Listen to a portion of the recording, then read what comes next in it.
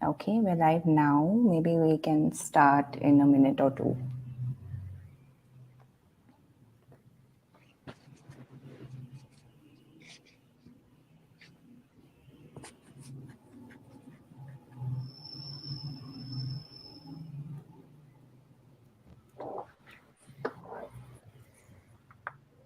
Hey, am I audible?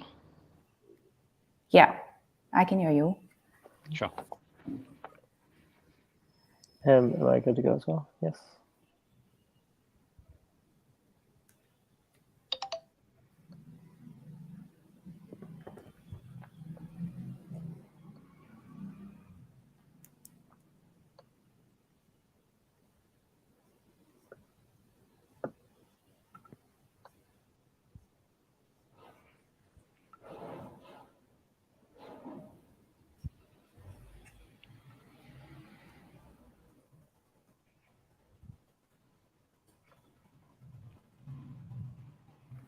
Recording in progress.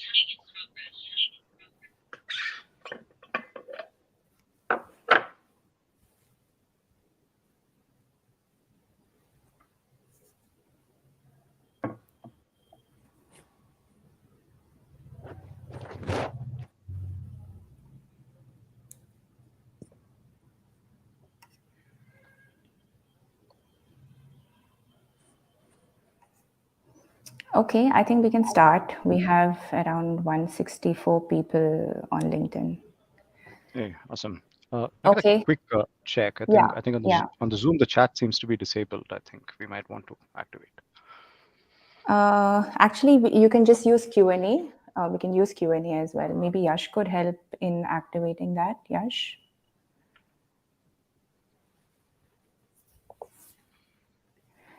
Okay, can we start?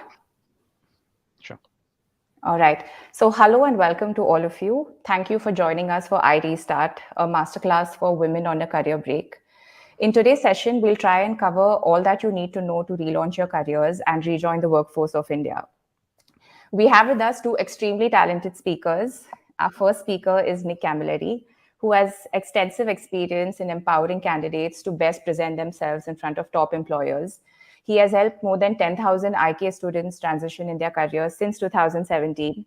He has supported technical hiring for companies like Google and Apple. He has also facilitated the hiring community of LinkedIn.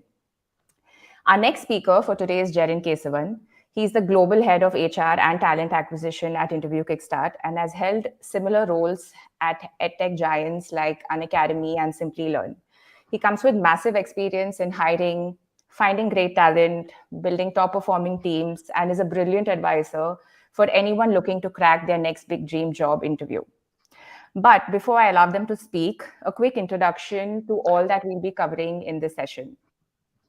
We'll talk about which returnship program is right for you, expert tips on how you can tailor your resume to each returnship program, do's and don'ts of resume writing, addressing skill gaps in your resume for short and long breaks, how one should navigate their search, how you should negotiate offers once you have them, what are some of the top returnship programs that you can start applying to today, right after this call, and lastly, what you should do if you're planning a career break next year. So let's dive right into this. I'll invite Nick to take this forward.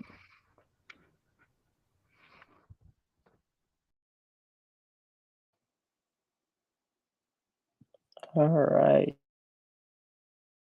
There you go. Thank you for the intro, Nikita. Good evening to all my friends out there in India. I'll be joining you all from the Bay Area here. I'm Nick Camilleri. And as Nikita mentioned, I've been with IK for about 6 years. I've helped more than 10,000 folks transition in that time. And many of those folks were individuals that had taken career breaks. And there are some unique challenges there, but it's also an opportunity that is very reasonable to navigate if you have the right tools. So, one of the first tools that we want to get you started with today is around figuring out what's the right returnship based on your goals. Okay. So, everyone in here is a little bit different in terms of uh, how long you've been out, where you want to go, what you want to do. Okay. Uh, we want to set you up for long-term success there. So the first thing we're going to need to do is we're going to need to understand what your priorities are, right? Um, if we start with that, irrespective of the company you're joining, we can identify the opportunity that will set you up for the most success moving forward. Okay, so as an example, if your goal is to be a software engineer at one of the largest tech companies, we'll want to find a returnship that allows you to get experience at one of the tech companies at relative scale. Okay. If your goal is to transition into a new domain or a new type of role altogether, we would look for a returnship that would support that kind of goal. Okay. And maybe you're also in a situation where you're needing to work remotely, right? Maybe you're in a situation where, um, uh, okay, cool. Um, or maybe you're in a situation where you still are a caregiver at your home and your children are at school. And so you need a returnship that has a little bit of flexibility. Okay. Uh, these priorities, these criteria that you need to see, we want to list those out and think about it from a perspective of most important to least important, right? These are the must-haves. If this is not met, I can't join the returnship.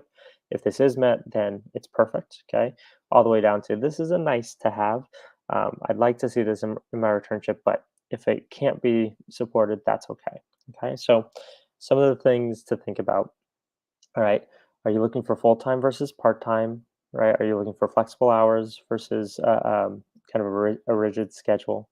Um, is there a particular role that you're looking for with the returnship? Um, is there certain compensation? Okay. For some folks, we don't necessarily need a whole lot of money at this point in time. Maybe we have a spouse that is a financial provider. Maybe we've made money in the past. And the most important thing is to get the security of the role, get the experience, or maybe it's a situation where I do need to get compensated and I need a minimum compensation. All that stuff we want to get clear on before we start applying. Okay. From here, we'll want to think about, again, those top three, and we're going to want to start to build a list of questions so that as you do your research, you can ask these questions of each returnship opportunity. Okay. So, as an example, right, maybe you are looking to, your top priority is this needs to convert to a full time position at this company. Okay. Um, so, if that's the case, we're going to want to make sure that as we're going through the application process, we ask recruiters, hiring managers, whoever we might be able to speak to, um, what is the percentage of returnship participants that convert to a full time opportunity? Okay, it may not be 100%, but if it's 50, 60, 70, 80%, pretty decent odds that you'll be able to get yourself back to that full-time position, assuming you do well. Okay. If they say, we will convert maybe 10% to full-time, again, not impossible that you'll get back there, but you might be more interested in a returnship that has a higher odds of conversion. Okay. Um, Again, if you're looking for, say, compensation, right, we might want to ask them what is the compensation range for this sort of role, or do our research. A great way to do this is to ask if you can talk to other women who are alumni of this returnship. Okay, um, and you can start to get much more have many more details about the program and what's feasible, what's not feasible. Okay, all right. Any questions on any of this so far? If not, we'll keep cruising. Okay, very good. So once we're clear on our returnship criteria, now we can start to actually do some of our research here. Okay, and as we do our research, we'll start to see that a lot of the programs have similarities and a lot of them have differences. Okay, you're going to want to tailor your resume to the program that you're applying to at that given time. Okay, so I'll show you a little bit of an exercise that you guys can all do with me today as we go through. Okay. But there's a few things we're going to want to do here. Okay. We're going to want to take some notes on the job description for the returnship, understand the requirements so we can say, these are the things in my past experience that I have that I want to highlight. Okay. We also want to identify if there are any skill gaps, skills that they're looking for that we do not have. Okay. In that case, what we would want to do is we would want to make sure that we have a plan in place for building those skills. Okay. And there's lots of resources you can go to. Jaren's going to share a few of those as we go through. Um, but we're going to want to make sure that we're at least aware of what skills we don't have. Okay. And then we want to think about uh, are there certain projects that we can start to work on that will help us build our skills, right? You can do independent consulting on platforms like Fiverr, right? Um, uh, these kinds of platforms where individuals will hire somebody with a skill set. It's a great place to build skills. And I myself have done this when I had changed roles in the past. So again, Jaren will show you some of those platforms where you can start to build those skills. Okay. So stage one of kind of doing this curation is we want to identify um, a job description. Okay. So this is a job description for a part-time role at Accenture in India. Okay. You'll see that most job descriptions will have roles and responsibilities. Okay. They'll have a summary of what they would like you to do in the role. And this is typically where we get more specifics around the types of projects that they want to see. Okay. They also will have kind of an additional requirements where they'll kind of dive into certain skill sets that they want to see. These are all hints for what you need to include in your resume, what you should be highlighting in your resume. Okay.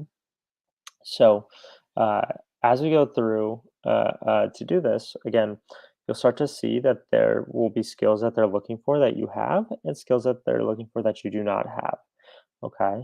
Um, so we want to show uh, uh, a section in the resume that allows us to highlight skills that we have utilized in the past that they're looking for, okay, as well as skills that we're building, okay. And a great way to do this, you can talk about projects that you've worked on, whether those are personal or class projects that have allowed you to kind of build up that skill set, all right. Um, and again, it's okay to have personal projects versus professional. Professional is better, right? But if you don't have the professional experience they're looking for, right, at least showing a section in there to say these are some of the skills that I've built is really important. Okay, and we can make this section fun, right? You can give it your own title, but make it clear that this is not a company that you're working for. Okay, so we'll do a quick exercise to show you guys how to identify some of these opportunities and how to build this out. Okay. And of course, if there are any questions, feel free to ask away in the Q&A here on Zoom. And I'm also happy to have you guys do this with me as you guys go through. Okay. So the first thing I would have you do is just open a Google Doc or a notepad, something where you can take notes. Okay. Second thing is we'll want to identify a returnship opportunity. Okay. Uh, where the resume? Good question. So one of the questions that came up here is where in the resume should this section be acquired during a break? Okay.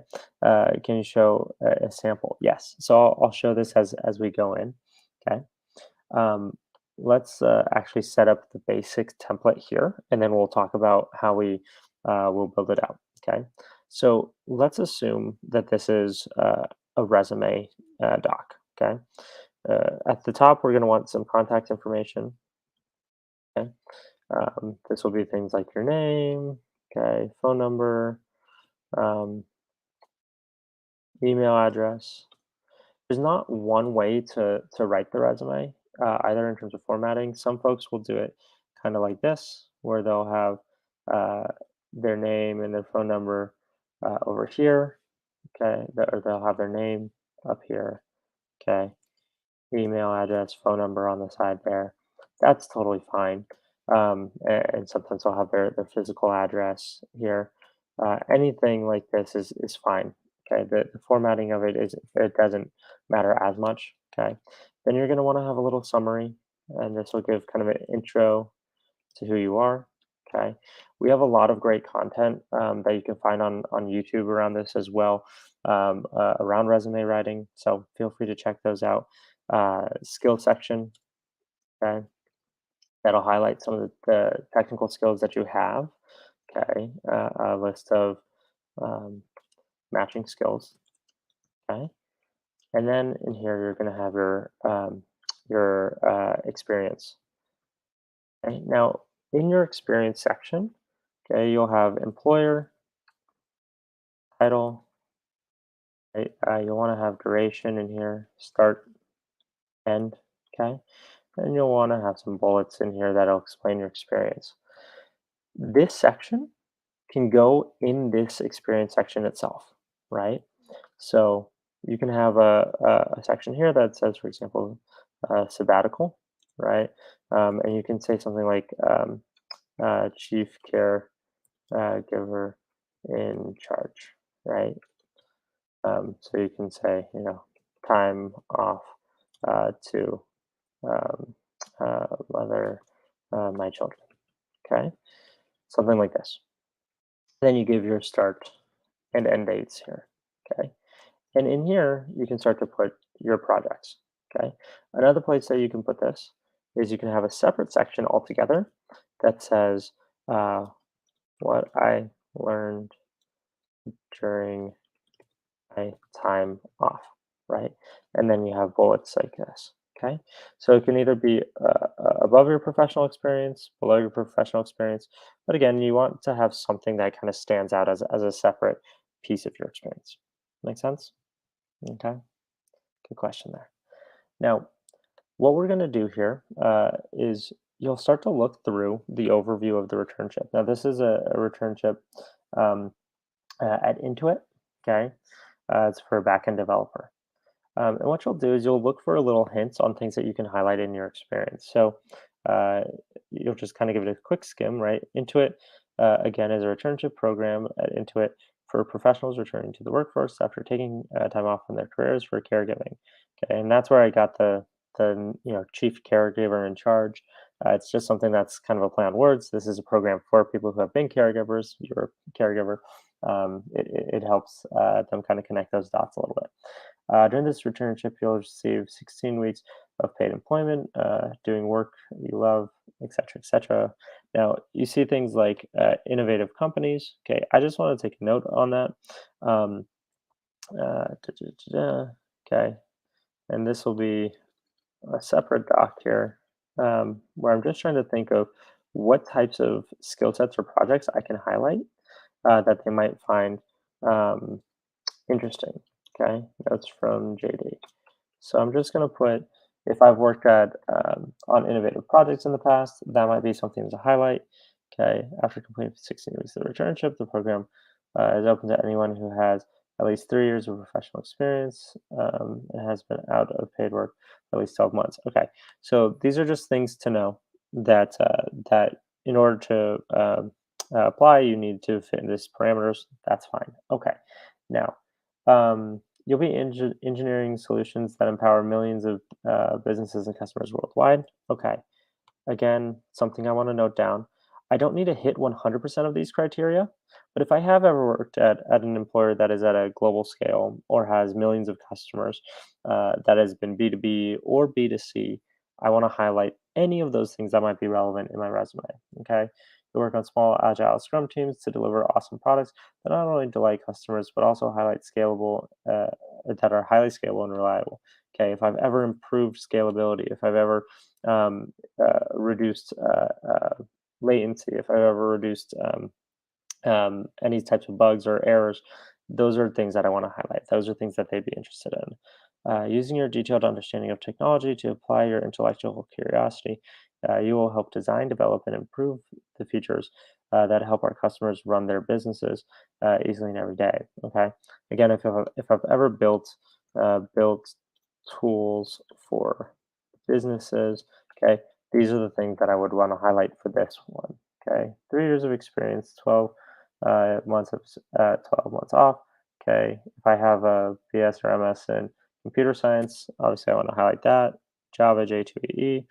Okay, entire software developer lifecycle. Okay, this is kind of your gold mine. If I've worked on projects with Java, in my experience section, right, I want to highlight the projects I've done with Java and point out I built this using Java, right? Or I owned this through the entire software development lifecycle. Okay, get very specific for them so they don't have to bridge that gap. So they don't have to intuitively think, have they managed this the whole way through? Make it very plain and clear for them. Okay, and what that does is it separates. Don't do that as clearly. Okay. Um, Lastly, if you're looking through these, okay, and you're saying, okay, I haven't done any of these things, or I haven't worked with any of these core technologies that they're looking for. Those are the things that, again, we're going to want to identify. So we'll say gaps. Perhaps we've never worked with Java. Okay. This gives us an opportunity to, when we get into this section, right, or this section, whichever you choose, we can then say built XYZ using Java, right? So perhaps you have a client that hires you on a platform like Fiverr, right, or Upwork, and you can say, worked as, or I would say built XYZ using Java for a client company located in, let's say, um, Taiwan, right? And what you can do here is you can give a link to a GitHub repo that shows your code itself, so they can see your Java skills. You can put a link to a project doc, things like this. Okay, so that's how we curate the resume. It all starts with the job description. We're just looking for the types of projects that they would want to see in that role, the types of skills that they'd want to see in that role. We want to highlight those, make it very clear in the resume. Okay, and any gaps that we have, we want to work on filling those. Even if filling this gap doesn't help you with this returnship alone, it will likely help you in general as you're trying to get your skills back up to um, what's being seen in the industry. Okay, so that's kind of a little bit about the resume. I'm gonna pass it off to Jaron here so he can talk a little bit more about addressing the skills gap and how to identify some of these returnship programs.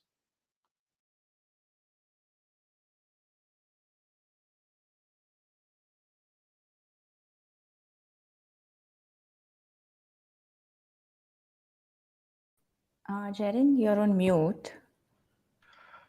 Oh, okay. I did that. All right. Thank you so much, Nakita. I mean, otherwise I would have gone on to talk a lot. Guys, Jaden this side.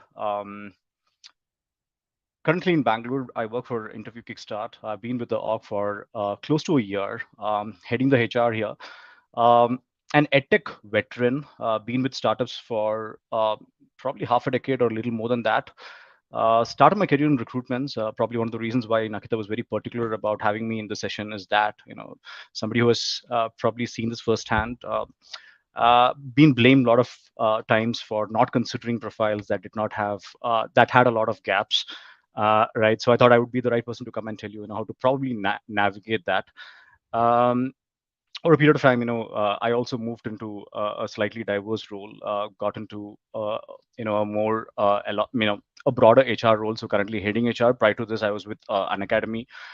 So a couple of places that I've worked with were friendly with regards to folks who are trying to return, not just women employees, men also are trying to come back after a break for whatever reason, right? So through all that experience that I have seen, of profiles getting rejected and getting selected, right? Thought we'll share a few inputs to you guys, right? I mean, there is no holy grail here. I mean, let me tell you that. I mean, attending this webinar is no assurance that you will land a job. But today I see that there are folks who have joined in from LinkedIn. Probably the most have come in through that. So I'm assuming that these are all job seekers. I see a few people probably who have come in through YouTube. Again, not necessarily active job seekers, and a lot of people have registered and joined through our Zoom as well. I'm assuming that there are active and passive seekers out there, right? Now, before I start off, it'll be very unfair if I don't take a few comments that are coming in through LinkedIn. We are often told that recruiters are not great listeners. So just to take a deviation from that, all right. Everybody's asking, are we hiring? Now, for those of you who are dropping a line around location, uh, it doesn't matter to us. We are remote, not remote first. We are remote only across the globe. Currently, we are hiring for a lot of roles in India as well as a few in US as well. Gradually might have start hiring in other countries. But that being said, currently that is what we are doing. But this webinar is not about what positions we are hiring. But I think in the chat, my colleagues are actually dropping links with regards to the open roles that we have. Feel free to check them out. If you see that you're relevant, make sure that you put in some efforts for a slightly better resume that you usually carry, because we're very particular about the kind of people that we pick in the org. Drop in a resume. We'll most likely get back to you, with a response, whether it could be positive or negative. Now, I see sales, I see software testing, I see HR. Most of these we are hiring for at the moment. So please check out the roles. All right. So let me move on. Nick probably stopped at telling you that in your resume, the gap that you have, ideally, it could be a maternity break, it could be a travel break, it could be a study break, it could be anything. It could be, you probably took a break because you were just overburdened by too much of work. There could be a reason that you have a break. Nick mentioned about, how do you probably cover that with a relevant experience, right? Now, I'll probably take it from there. There's a part two of that, right? Nick mentioned about bringing in, uh, certain projects, positioning it differently, because let's assume that you're a person who was on a maternity break. You don't have to necessarily just mention that I was on a maternity break, because there are a lot of life skills that you pick up during a maternity break, right? You learn to empathize better, you learn to multitask better, you learn to manage people around you better, right? So there are a lot of skills that you pick up. So that's what basically Nick meant by covering that gap, using either projects which could be actually something that is relevant to your role, or mentioning what skills you have gained during your break, right? There are people who actually go on traveling for a couple of years and then come back with a whole lot of experience, right? And in fact, we have got a few of them in our organization itself, right?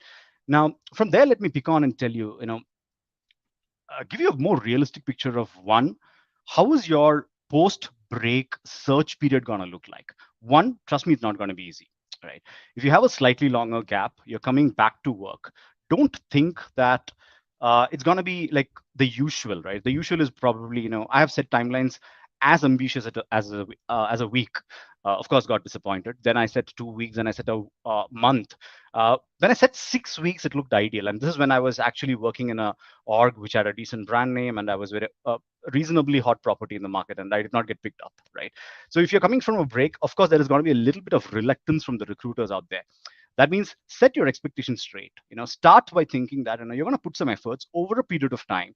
One, by applying to jobs that are relevant, and also by covering up for the time that you lost, right? I mean, it could be upskilling, it could be doing part-time gigs, whatever, right? So it's going to be a period of time that you invest to get back to the right role, right? So now let's assume that it could be 3 months, which is a quarter. It could even be 6 months. So set the expectation straight, because the moment you think that you start applying for jobs, you would land a role, land an offer, that probably could lead to disappointments at an early stage. So don't do that, right? Let's keep a slightly more realistic timeline, right? Just a second. Somebody's mentioning people on Zoom can't see what you're posting on chat. Can you please post on Zoom chat also? I think I'm taking questions that has been posted on Zoom chat. I think Akriti, if you could just put the career link on the Zoom chat as well, that'll be great. Yeah, I've passed on the message. All right, now coming back to this, right? Once you're coming back from a skill gap, one, set the timeline, a little away from what would be an ideal scenario. Second, while you start applying for jobs, or while you wait for applications to be responded to, while you do a whole lot of things, one thing that you might want to do is, if the break is slightly longer, right? Longer than the usual. And I've usually seen people come back after 6 months, 1 year. Now, let's assume that you're a person who took a 3-year break or a 4-year break. Honestly, companies are sprinting, right? So you might be a little irrelevant. Use that gap to definitely take up a part-time gig, right? Now, if at all somebody out there is already a gig worker, please drop a message in the chat as to what you have done. It will be great to for others to see and learn as well. But if there aren't any, gig work is nothing but a part-time job that you can take. It can be on the design side, it can be even on the recruitment side. I see a lot of recruiters posting, wanting to do a job. It could be on the tech side. There are part-time contractual work that is there on the coding side as well. Let's say marketing folks also look at part-time people, for, let's say, on the content side, to take up mini projects, even on the product marketing or whatever it could be, right? So there are part-time gigs available. That aside, right, the time that you're going to spend for search or prep, for that matter, I'm not speaking about the search phase alone, use it probably to upskill as well, right? Now, the how of that will come to that. We're going to probably give you a few references here. Again, let me repeat, this is no holy grail. This is a lot of names and resources that we have come across over a period of time, having interacted with candidates, our peers, job search ourselves. All right. Now, let me move on. So just a 3 points that I want to cover before I move to the details of any of these slides, right? I spoke about gig work, right? The part-time work. Now, how do you land a part-time work? Many times people think that, I'm anyways irrelevant. Why would I get picked up? True. I mean, it's not going to be an easy one. You're going to take some time to even land a part-time job. Now, easier ways. One, see, there are sites like Upwork, Jobs for Her, Freelancer, etc. Wherein you can actually go see companies that are actually picking up people on an hourly basis. Now, advantage these companies are, they know for a fact that there's a lot of talent out there, and you don't have to necessarily go with what is there only on the resume, what is probably their educational qualification. Let's go for skilled workers, who are ready to invest certain hours and give us an amount of productivity that is required for probably a quarter or a period of time, right? Those are the companies that actually move towards that. Companies that have actually a lot of backlog that is getting built, right? So one of my previous companies, I think we were growing so fast that we built a huge backlog. The only way we could actually handle that was to move to a whole lot of part-timers, right? So this we have done, and I've seen this in action in design teams. I've seen this in action in my own team, which was on the recruitment side, right? Now, we actually went to all platforms, not just this. We went even to LinkedIn, went even to a Naukri. Those are all very relevant to India. And we eventually found a lot of people who were interested. Now, who were the ones who stood out, right? The ones who stood out were multiple, right? One, people who actually came back and said that this is my sample work, right? Because most of these assignments would also require you to submit a proof of your work. If it's a recruiter, we would have, as part of the application, say that, source something on these lines, right? So that could be one. Second, and so if there is probably a design related work, sample of your portfolio, a portfolio link or a sample of so and so work to be submitted is asked. If it's a coding work, so the platforms wherein you have benchmarked yourself, come and give your code, like a lead code or whatever, right? So there are certain things that are asked. Put in some efforts to submit the relevant sample, because when a recruiter or a hiring manager is looking at bringing in a talent, we want somebody who knows the stuff, even though it's not a 10 on 10, right? Because we understand we're picking up a part-time individual, right? Lastly, or probably, blend it with a lower compensation, because you're coming back from a break. Your primary focus should be to get a job, right? A part-time job. Make yourself more relevant in the market. So don't necessarily think about the compensation or the remuneration you're going to be. So place yourself slightly less in terms of compensation. And secondly, go back to people real quick, because if there is a company who's looking for part-time gig workers, do understand that they're a little desperate to close it. That means if you're a person who is applying, who has been asked for a sample, be on it. Spend like 24 hours, go back to them, follow for an application and get it closed, right? Few things that have worked for us. I, as a recruiter, whenever I have looked for people, these kind of traits, uh, were the ones that I looked forward to, right? Guys, before I move on, just one call out for everybody who's on the call.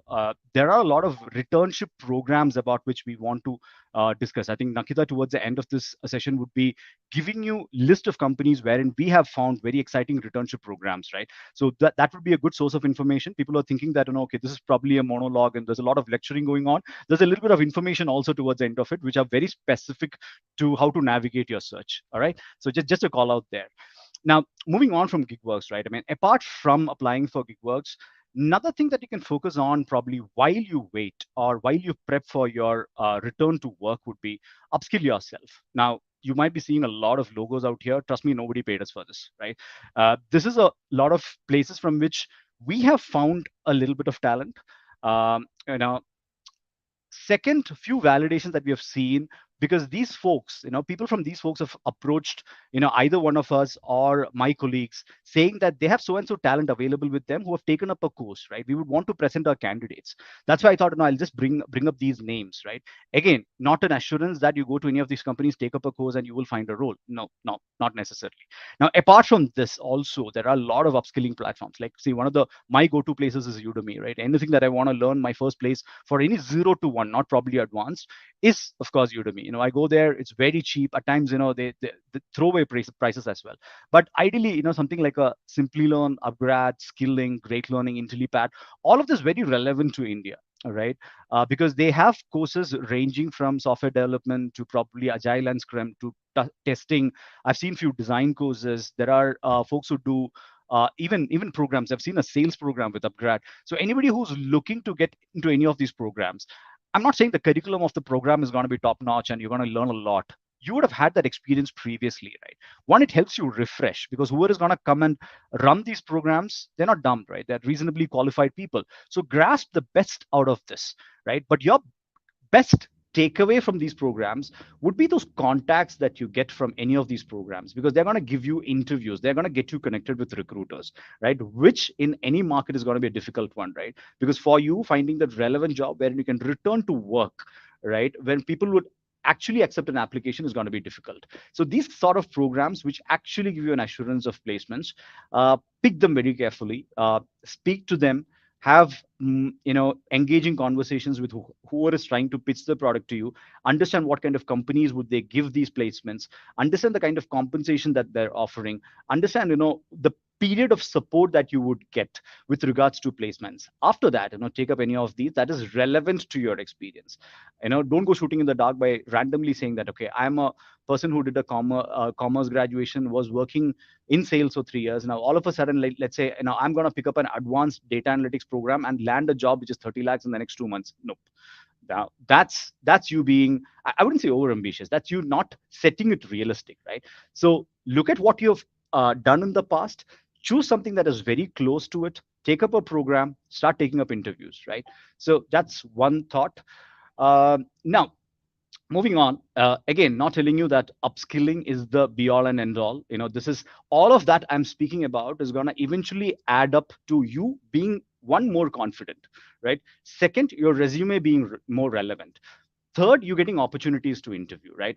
A combination of all of this eventually leads to a offer, right? Provided you don't give up. So that's my first point. Be realistic in your timelines. All right. Okay, let's move on, guys. If you have questions, keep dropping. And Nakita, if I'm missing any questions, do let me know. There's no harm in interrupting as long as everybody's getting some help. Okay, I'll probably take one question here. I took a break from coding to go to music school and become an independent musician. After COVID, I decided to get back to a job and took a bunch of cohort-based courses in product design, writing, and startup. How should I represent this? See, first thing first up, this is from Abhishek. Very interesting question, right? I mean, I think your question is around the fact, should I hide what I did? My answer is, if you're going to an organization that's going to value breaks, right, or value an employee who's returning from a break, absolutely show what you did in the break, right?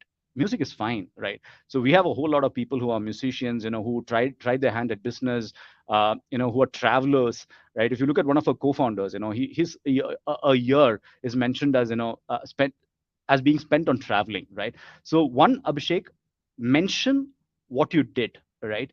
And then also mention, right, post your break, what you came back and did, right? What you did was very interesting, right? You wanted to come back and take up something in product design.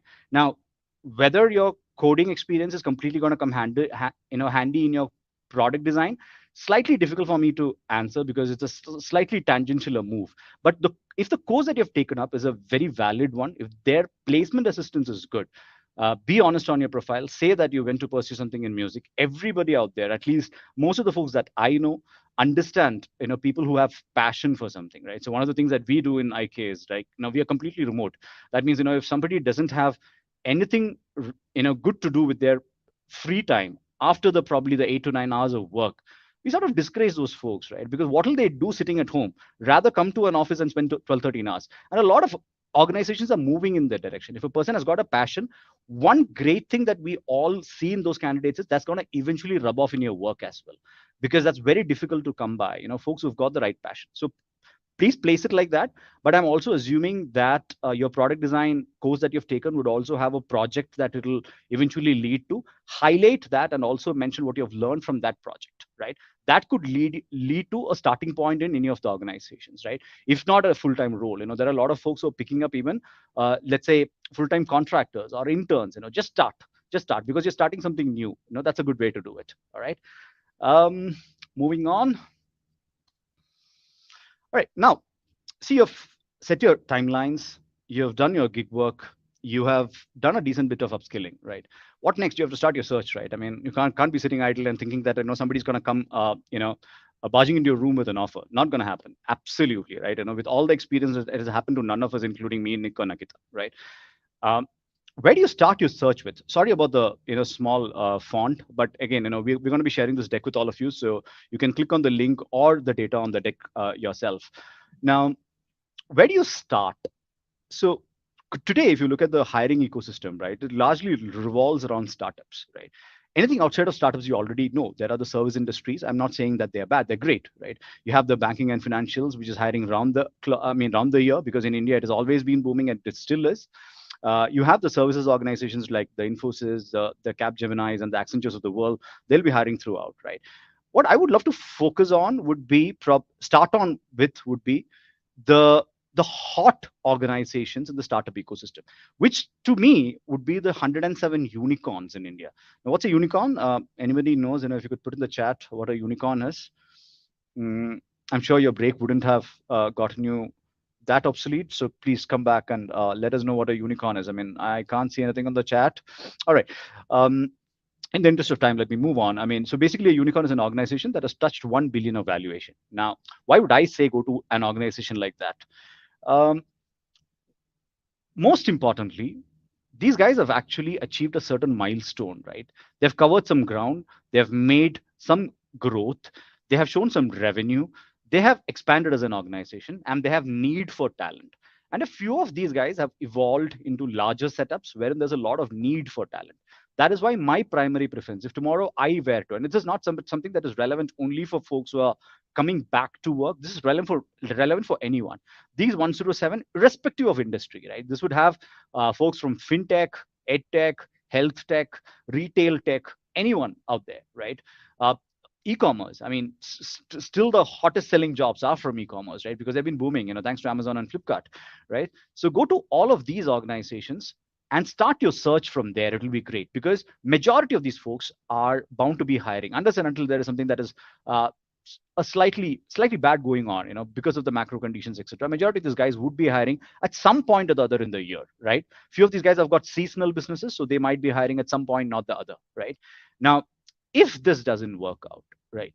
Again, it's you wouldn't know it to begin with because it's a journey by itself. You apply, you follow up, you respond, you connect with the contacts from the same organization, get your referrals through. There are multiple touch points to that. There is a larger list also that I want to share with you guys, which is top 300 startups. Again, if you ask me, Jaden, how would you classify that as the top 300 startups? A whole lot of intellectuals came together and put it on a platform. I thought it's relevant. I thought I'll give it to you because I came across a list, right? Slightly more elaborate a list because here we are not restricting to unicorns. What we're doing here is to bring in any consumer internet organization which actually has started off on a decent trajectory of growth. Now, these organizations could be a bootstrap. Bootstrap means, they haven't necessarily raised funds from the market, right? I mean, you see a lot of people saying that, raised one, let's say 500 million, $600 million, etc. These guys actually started slow, with their own money, actually built an empire probably, right? One such example is probably Zerodha, right? I don't know how many of you have heard, it's one of the fintech organizations in the stock broking space. I mean, I'm sure at least two of you would be holding accounts with them, right? Bootstrapped organization. Similarly, early stage organization, Series A, Series B. Now, what is a Series A, Series B? 2 rounds of races, fundraisers have happened. That means, they've seen at least 2 spurts of growth, right? But still in an early stage. Now, this 300 would, apart from the unicorns, include a whole lot of these organizations that are in a much early stage, right? Now, that would be a good place, right? I mean, you're speaking about a good 300, 400 organizations to start with, right? Now, good, right? Because you're not lost. Because otherwise, how does your job search go? Uh, let's open Naukri. Let's look at any job that's there. Let's take a very vanilla resume, start applying. Nope, not ideal, right? Because you do not know. Next day morning, you don't even know which company you've applied to. So whom are you going to follow up with? How disciplined is your job search? So you start with the resume that Nick mentioned about. Do your prep.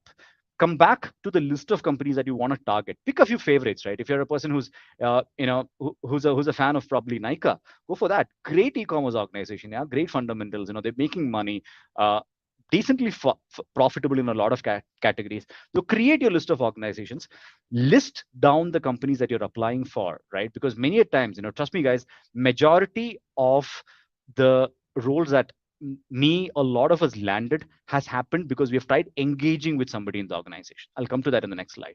All right. So use this list to your advantage. We will, of course, circulate this. Again, do your own research. You'll find more company names nevertheless. All right. Moving on. Okay. Now we're continuing with navigation of search. Now you have the list of companies ready. Now, which is probably a relatively easy one to get a response from. If you look at the first point, it reads a company in an early stage will be more open to accommodating you. So the reason being, right, if somebody's coming from a break and getting back to work, one, uh, companies in an early stage like you because you're a person who's trying a return. You're going to be more passionate. You're going to put in a lot more efforts. And those kind of companies, again, they are yet to reach a structured way of, reach a structured way of doing things, right? They want to accommodate good talent because it's an early stage. They're building the core team. It's a person that is more important. They still haven't gone into the extent of creating, let's say, a rubrics for competencies and hiring that way, right? They're much more agile in their approach. They're much more flexible in their approach. That means early stage organizations are the ones to look forward to in your initial stage of search, because in the initial stage of search is when you also need a little bit of motivation, right? Of probably the 20 mails that you do through LinkedIn, if one responds, isn't that going to be a motivation? For that, these companies would work. Now, uh, what kind of people do you reach out to, right? When you list down these companies, the first thing, of course, to do is look for jobs from these companies and start applying. That's the norm. That aside, what can you do, right? If you see that XYZ company is actually looking out for so and so role, you can reach out to a whole lot of people, right? This includes early stage organizations. You can reach out to the founder. Nobody's going to feel bad about it. They're very senior people. They could be well educated. They could be making a ton of money because they appreciate great talent. Reach out to people by using the keywords founder, co-founder, recruiter, talent acquisition, even CEO, CTO, CPTO, etc. Right? Depending on the role that you're looking for, something like a recruiter or a talent acquisition leading to a recruitment professional's LinkedIn profile, right? That's the most common thing to do because they are the ones who hire for everything, right? If you're a person who is probably, somebody actually mentioned, you know, executive assistant. Now, where does that role happen? It usually happens in a CEO's office or a CTO's office. That means, that's a good place to apply, right? I mean, you can actually reach out to the CEO of an early stage organization, drop in an application, right? Or do a very compelling pitch, right? So one, identify the early stage organizations from the list that we share or otherwise. Second, use the keywords that are going to help you land relevant people. So you do that through designations and certain generic terminologies also, like a founder, co-founder, CEO, CTO, because otherwise it's chief executive officer or chief technology officer, right? So use the shorter forms. You will land relevant people. Once you do that, the compelling messaging is very important, right? So one that you see on the screen, I don't know how compelling, but it is compelling because a person has written to. Now, Pratima is a person who's, I mean, is a senior manager with us. She actually heads the non-tech hiring, right? Just to introduce Pratima. So this is not just one Googled screenshot, right? This happened in our office. Now she got this and she actually floated this message in our internal group saying that very interesting candidate. Would any of you want to consider? Now, I wouldn't know what happened after that. But what was interesting for me was the person took the pains of writing something a little, outside of usual. What resulted was, was a person who was leading the entire non-tech recruitments, sharing that in an internal group where there were other 20 recruiters who all saw this. Now, if any of them had a relevant role for a social media manager, least of all, we would have touched base with this candidate, right? Now, that's what makes a compelling message. Now, what are the ideal ingredients of a compelling message?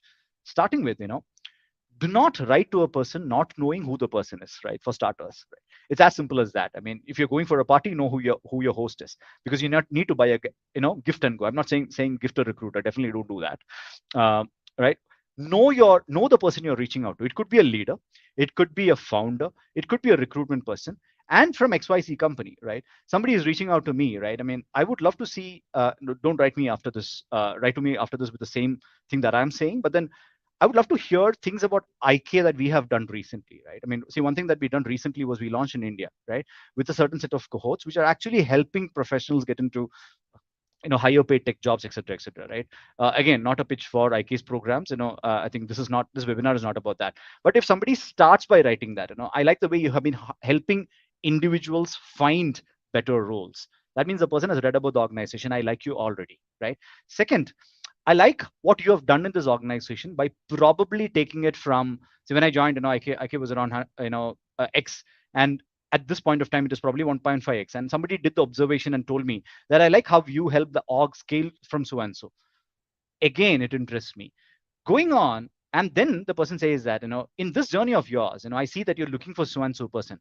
And because of X trait that I carry, I think you should consider me. And then something that is very quirky and interesting, like this person speaks about popcorns, right? Very interesting. If you get a chance, why not? Right. See, I mean, you wouldn't believe, one of the discussions that I had as part of my interview process was on a golf course, right? I mean, so our founder Ryan is very fond of, playing, right? So he said, come to the golf course, we'll walk around and talk. And we walked for 3 hours, right? So the age of somebody setting up a call, necessarily, I'm not saying that is not going to be there. We're always going to set up calls, but a pitch that is a little informal also is appreciated, right? So that's what makes your pitch very compelling. So make sure that you do that. Okay. Now, moving on. All right. Now, I'm not going to go through the entire process of your interview process, because that prep is in your hands. I think you will have to decide on how to prepare for your interview process and clear. Now, that journey, I'm leaving it to you, because that would actually take this webinar into probably a much larger masterclass, which would lead to days. So let's not go there. All right.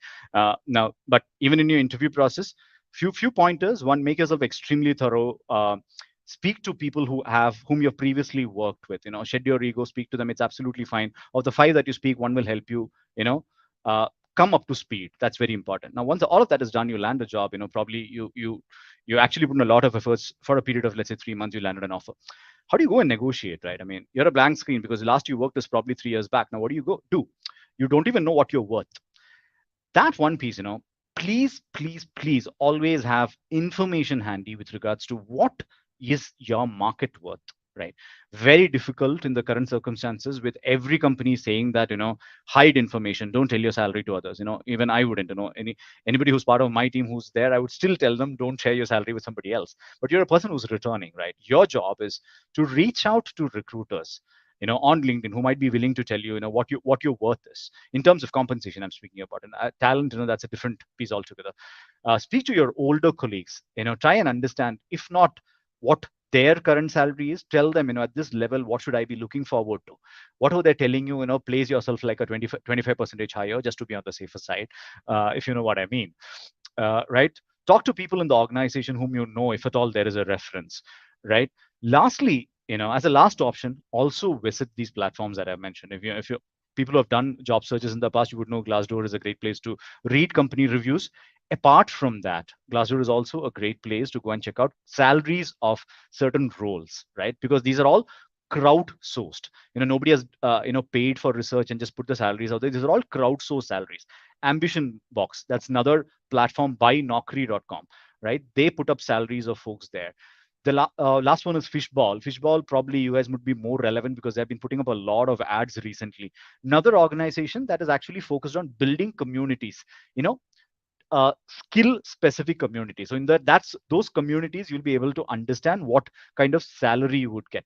Like somebody mentioned software testing. If you're a software testing professional with 3 years of experience, let's assume that you're gonna go in as an SDT2. Let's assume, right? I mean, what could be the compensation to expect as per the current market standards? Because company has moved. A lot of companies have moved away from the construct of 3 years back your salary was, let's assume, 15 lakhs. Today I'll pay you probably 1 rupee more. No, irrespective of what it was, through the upskilling journey that did, through the gig working that you did, you probably deserve a 25 today or a 30 today or probably more. That is what knowing your worth is. Please do that, because I've seen a lot of people falter there, right?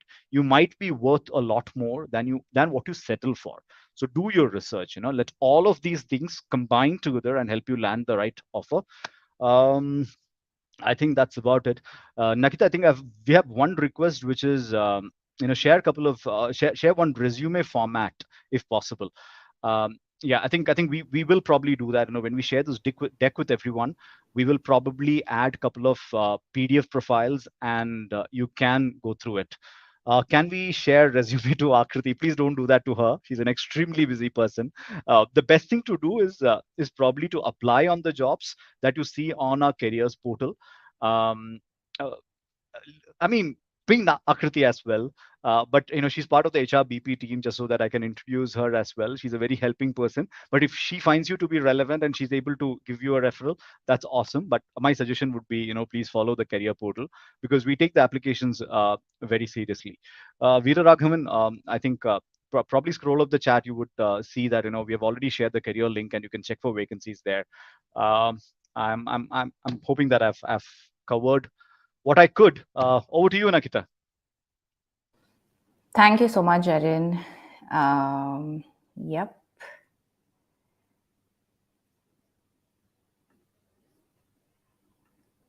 Okay. Sorry, guys. So, we in this next section, we're going to talk about the types of returnship programs. And as we promised in the beginning, we're going to give you a list of active returnship programs that you can start applying to right away. But before that, let's dive a little deeper into the paid and unpaid returnship programs, and then maybe you can figure out and it'll help you identify which one is the right one for you. So there are several companies that offer paid internships, some of which are companies like Cognizant, IBM, Intuit. The typical duration of these programs is 6 months, which could lead to full-time employment after you complete the program. They provide well-curated learning paths, again, based on the job function that interests you and based on your career goals. You have that choice with them. You get to enhance your skills by working on some of the latest technologies, while, of course, delivering meaningful impact to their own customers. You also get the opportunity to be involved in some real-time on-the-job projects, where the focus is also to make you hands-on with new tools and latest technologies. While working on these projects, you get help from several teams. Now, let me give you an example. At Intuit, you're supposed to be at Intuit, you're supported by a dedicated team of it's called a program team, which comprises of leaders, program managers, and other fellow returnees. Companies like IBM also offer a dedicated mentor to you who will help you get up to speed with the current environment and new technologies being used. These companies, the ones that I just listed, they say that they have seen professionals who have taken as long as 20 years of break. And I just saw a question in chat where someone was talking about, having a 12-year break. So of course, these are also very relevant. No matter what your break is, they have minimum criterias for break, but they don't have a maximum criteria. There's no one puts a cap on that. And you may be wondering why these companies are charging candidates for the program. It's because companies are investing time and money in several mentors who coach returnees, right? So as I mentioned, you'll be assigned a dedicated mentor. So these mentors need to be compensated. Also, there is a risk of the candidate not following through with the program, like by the end of the program. And they're just scared that, this would happen after significant effort has gone into training them. And that's the only reason why they ask you to pay for it. They're not really big amounts. On the unpaid side, now there are three pointers that you see here, right? Because there are three types of unpaid returnships. Let me start with the first one, where a few positions are allotted only to women returning to the workforce. So companies like Oracle, Amazon, Tata, Capgemini, Accenture, they offer returnship programs free of cost. So it's basically a tailored program for professional development and learning that is delivered over a period of time, again depending on the role, the country, and the career pathway that you're looking for. However, their criteria to qualify is a little more strict because it's unpaid, right? For example, at Amazon, the program is open to a candidate who has taken uh, a minimum of 1 year of a career break, but they also need to have prior experience that matches the job requirement for the identified position. So in this first point that I'm talking about, these companies open a few positions to women returnees alone. For such roles, you can apply, and once you pass the screening round, you will go through a series of interviews, which is very similar to what candidates would go through without a career break, for other roles. So Amazon, TCS, Capgemini, Oracle are few of the companies that follow this practice. Once you make the cut, though, your journey is a little different. You will join a cohort with other relaunchers. You can, of course, benefit from this cohort community because you join at the same time as other relaunchers who will give you a unique sense of camaraderie and support. In the future, all that they expect from you is to give back by coaching other relaunchers. But now, once you join in, companies like Oracle and Amazon, they'll offer you a 12-week onboarding. This is more to familiarize you with their culture and way of business. Of course, with the help of some high touch orientation programs and mentoring support. You will also go through a personalized development plan for a quick skill lift in that 12 weeks. Of course, they'll make available speaker sessions and trainings for you to acclimatize to their corporate environment. Talking about the second one, which is the second unpaid type of returnship, it is the fixed term contract. So some companies like Capgemini, they will initiate a 6-month fixed term contract with a view of you becoming a permanent employee. So that is what they aim for, and that's why the contract. So Capgemini specifically offers 4 returner coaching sessions over that 6-month period. They will tailor an L&D plan for you, devised with the business in mind, of course, to support you to get back into the workforce. The last bit is network-based programs. So here I'm going to quote an example of Accenture. So Accenture's returnee program, which is powered by Accenture's Vahini network, that's what they call it. It's a network of 120,000 women professionals who help women returnees reach their professional goals through training, mentorship, and the network at large, right? So you have so many women there so many other women and their experiences that you can leverage to succeed in your own careers. So being a part of this program, you will have access to resources that will support your holistic development. It's typically a blend of exclusively curated training, experiential learning boards, online resources with skill-based mentorships. These are basically designed for rebooters like you so that you can ace their tracks. Accenture also has few roles dedicated to women returnees, the first point that you see here. But their network-based programs are more to enable you to explore jobs even outside the Accenture ecosystem. Now, what is common between paid and unpaid? You'll always have mentorship support. So strong mentorship support is also available in unpaid programs, where in some cases, this person is your hiring manager who will help you complete job-specific training that will in turn help you succeed in your new role. In other companies, you may be paired with a dedicated mentor from one of their employee resource groups. Um, there's another, when we were doing our research, we heard of something very unique, which is called memberships. And this is mainly with companies like Tata that have over 100 operating companies in the Tata group. So they are constantly having new openings added to their platform. So when you're a member, when you register as a member to Tata's returnship programs, they'll firstly make sure that you don't miss any opportunity, and you'll also be the first to be given preference. Flexible work options is again available across these companies that are conducive to women returning to the workforce.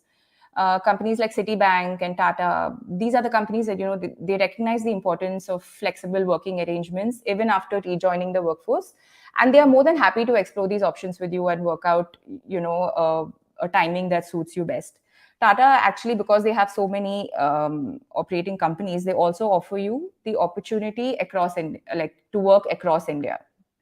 So here are few of the companies. We've only listed 5 here, but we have all your email IDs because you've registered. We are going to send an email of, I think we have 30 odd companies and their returnship programs that we will email you. So as you see, there's an eligibility. It says you need to have more than 24 months of gap. Some places say 6 months of gap, but and some of them have a criteria that you need to have an experience in software development, or you need to have experience in financial domains, stuff like that.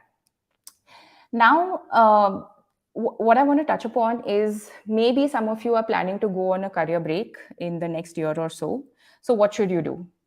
Now, most of us are aware of policies like, 6 months maternity leave, daycare facilities, but sometimes 6 months is not enough, right? And that's when companies cannot accommodate a larger break for you and you're left with no choice but to resign. What can you do now is you should safeguard your career, and not just your career, you should safeguard your career after, when you're looking to return after the career break. How do you do that? You join companies that don't just have mom friendly policies, but they also have programs that help you restart after a break.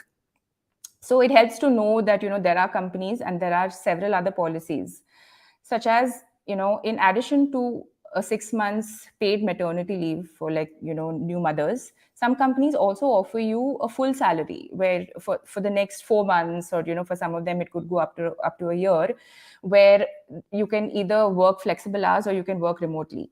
So if you are planning to make that switch right now, ask these questions in your interview. Ask them what is their maternity policy, what is their policy after, do they have any programs to empower you after you join. Some companies will also allow you to take a 9 months to 1 year career break. Of course, they'll have some clause where they'll only pay you for the first 6 months, and then you'll have to take the break without a pay, but you can join back at whatever role is available at that time. Other companies, they also provide a mentee-mentor relationship of sorts. This is like, once you're back from the maternity leave, you can avail coaching and staffing support, majorly from experienced women executives who successfully transition back, to successfully transition back into your role. So I'm also going to be sharing a link with, I think that it's a list of 40 companies that are, they're the best companies for women to work at. So that will be on the chat. And that is a wrap from us, guys. So, but we do have a few questions in the chat. Jaden, do you want to take up any of them? You're on mute, Jaden. Yeah, I always do that. So sorry, guys. Nakita introduced us to a new platform. We're still figuring out how to use it. Sorry. Yeah, I think few interesting questions. I'll start by what I'm seeing in LinkedIn. So again, a couple of people asking about very specific roles. Sagar, you're speaking about a QA engineer. I'm not sure what you're referring to. Probably you're looking for a job as a QA. Are we hiring currently on the testing side? Probably yes. You might want to check the career page. Very difficult for me to comment. Nirmala, do you have any contacts in pharma companies? No, not really. While we did our research, honestly, we haven't come across a lot of pharma organizations. One of the reasons being, pharma is a place wherein you need very specialized and very recent skill sets. So I don't know whether pharma companies in particular are great places, at least in India, to try for returnship programs. There could be a few, but we haven't come across any. The reason could be that, they need certain very specific skill sets for anybody who's working there, except probably generic skill sets like sales, etc. Right? So that's your answer, Nirmala. I'm seeing the Zoom chat. All right, there's somebody who says that, I was working in a company, but due to personal reasons took a break. I'm currently very nervous. Okay, do I have a name? Okay, probably the person wants to keep it private. Who isn't nervous? Everybody is. Trust me, guys. Before we started this program, this webinar, we all were. Because this is a very sensitive webinar, right? People who are coming and attending this have got a very specific need. Get back to work. So we all were nervous for the same reason, because it shouldn't be like we give away information that is not helpful, or we tell a tell things that are wrong. That's the reason why we stuck to our slide, what we have researched, right? Now, what was the operative or the important word there? Research, right? When you're going back after a break due to COVID or whatever could be the reason, as long as you're a person who's very thorough with what you've done in the past, you know be prepared to be extremely open and shameless in an interview process, right? And trust me, 15 years of hiring, guys. I mean, and that, trust me, that's a lot. Probably a couple of years more and companies will say that I'm a dinosaur, but that's okay, right? But there's a lot of hiring that at least me have done. I have done. Nick, probably from LinkedIn, and today is an advocacy for a lot of people who are hunting for job. He would also agree to this. One thing is, just put yourself up there. Nervousness is not going to help, right? It's only going to help you perform better because you prepare better. Prepare and put across the best version of yourself, right? Whether it lands you a job or not, it doesn't matter, as long as you're presented the best version of yourself. Forget about the career group. Nobody's going to judge you because of your break, right? If you've landed an offer with any organization for the matter, in spite of your career, right, in the interview process, they're not gonna show you down, right? Because they respect you. That's the reason why they've given you an interview process. Feel free, be open, go. And there are, of course, programs like, again, not do not want to probably take this as a platform for doing this. Let's say, see, we, or probably there are a few others who are particularly doing interview prep, but very specific roles, right? And there are, and programs like these also help you come off these nervousness by doing a lot of mock interviews, right? So if you're a person whose previous experience was into probably technical stuff, an organization like Interview Kickstart, or probably a Scaler, who's a very strong competitor to us, would could help you actually come out of that nervousness. I'm not sure whether I'm going to be penalized for using Scaler, but I'm not. It's okay, I think, as long as it helps you. All right. Somebody else has mentioned, being on a career break, can we upskill in the same platform or technology that I had worked on and experienced in? Also, where can I value my experience as a fresher? First things first, right? If you're coming back from a career break, do you want to do a domain change? Is completely up to you, right? Because you, as a person, where your interest lies, that is where you should actually pursue your career. But which is going to be easier, right? After a break, a domain change, and then to find a role, it's going to be slightly difficult than probably up leveling yourself in your existing skill set. So let's assume that you're a person who was previously experienced in data science, took a year and a half of a break, coming back. I think if you're planning to do an up leveling program, as we call it, again, in the interview prep ecosystem, we call it like that. You should probably go for the same domain because you already have a slight disadvantage, which is your break, right? All said and done, companies are still hesitant. So rather up level yourself in the same domain and then take it up. Now, even without that, if you're planning a domain change or if you want to represent yourself as a fresher, then the thing is, for the time being, keep aside a full-time role and start hunting for very valid internship or returnship programs. That's what my advice would be. Because mostly if you come with some experience, companies already know that you come with a solid background. You're a professional. You've seen a corporate. That's going to be to your advantage. And as a fresher, you would still get considered. But then again, that's a fresh start, buddy. I mean, you will have to start at a starting compensation for that particular role. As long as you're open to that, I would suggest, instead of a full-time role, try for an internship or a returnship program with any of the organizations. That's my suggestion. Again, there are no hard and fast rules. Please feel free to do it your way, whatever you're comfortable doing. Um, I'm a mother of a special child, and I also had to undergo major shoulder surgery last year. Can I add these points during interview? It is appreciated, or is it appreciated, or should I not quote this? I'm not taking the name of the person here, but then see, one point to add here, right?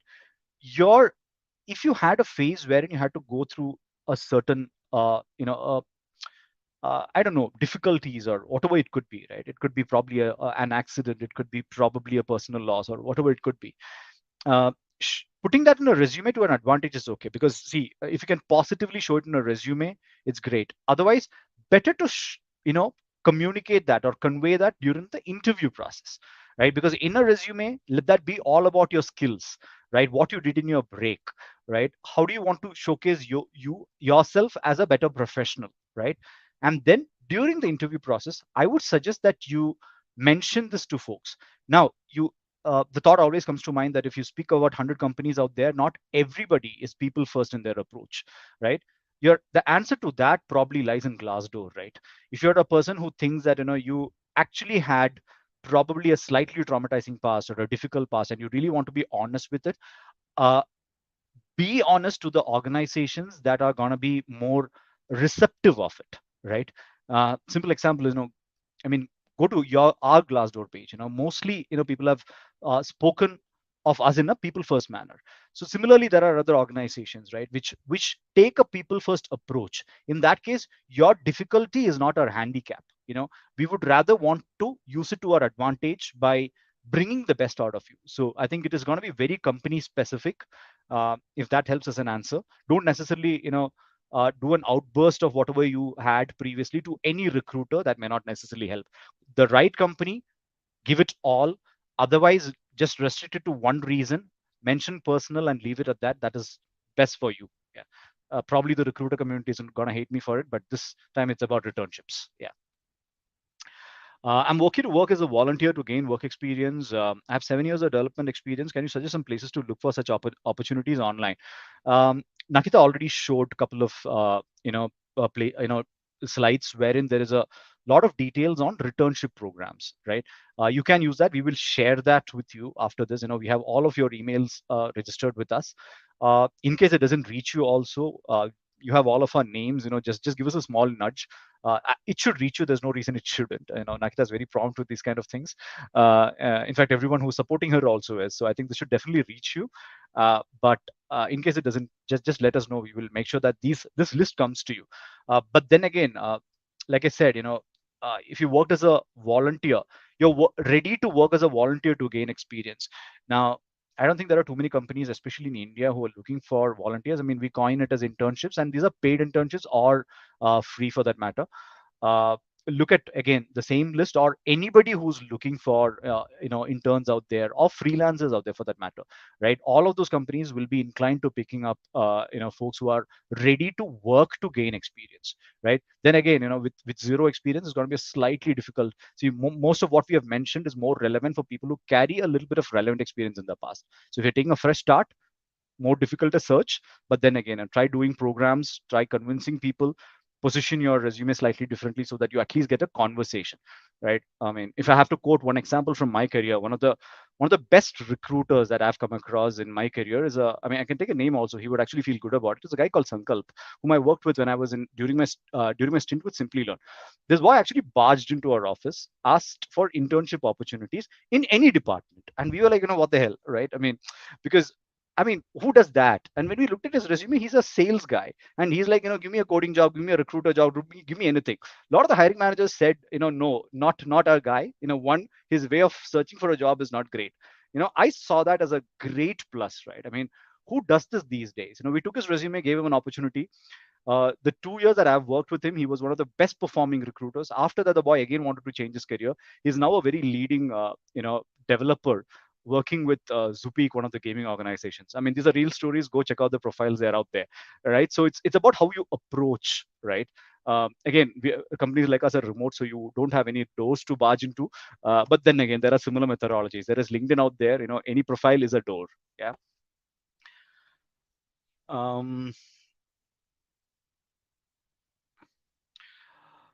Shall we include this 2 years as a gap along with the break?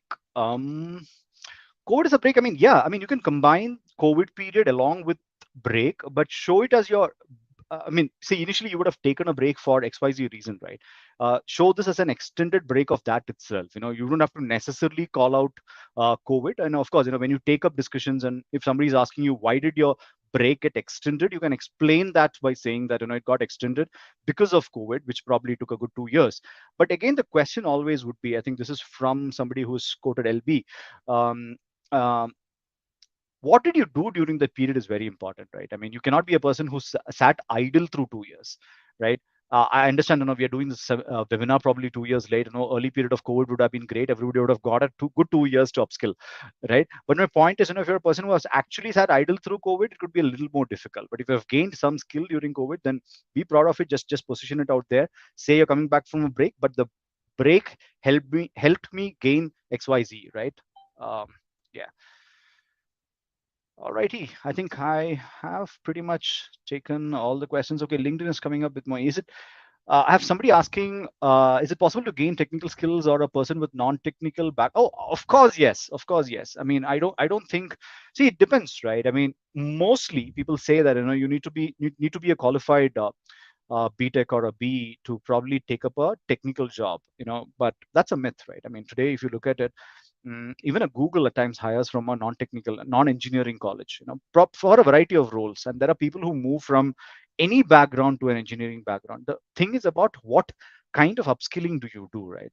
See, when we're saying upskilling, please understand that it is mostly 0 to 1 journeys that we're speaking about. Start from a beginner level and then take up at least till like an advanced level user. I mean, not an expert, at least from a beginner to an advanced level knowledge to be gained through certain programs, right? That could help you land few roles, and get you an entry as a fresher. See, today when I speak of like a company like Interview Kickstart, we are not a huge organization. So today our employee count is probably closing in on 300, not more, and we've got a 50 to 70 odd engineering team. Uh, I see at least 4 to 5 freshers who got inducted this season. Not everybody comes with a coding experience or an engineering internship, right? We placed a bet on people with great problem solving skills who've done courses, who've spent time on platforms to upskill themselves and all of that. So yeah, I think the barriers of qualification necessarily putting a constraint on you, I think those days have gone by, right? I mean, yeah. All right, I have no skill. That is my problem. But first answer to that, there is nobody without a skill. You would have something. You're just about to find that yourself. I studied MA Applied Economics. I have no computer knowledge. Please give me a suggestion to me. I passed out in 2021. What to do? Uh, that's a very very tricky one. I mean, I thought it's going to be about career breaks. Now, Philip, yeah. Now, Philip, a few things, right? I mean, today I was having a conversation with one of my colleagues, and I was saying that Um, her name is Pratima, actually. I mean, we took her name some earlier also. It becomes very contextual when I take names. That's the reason why I'm doing it.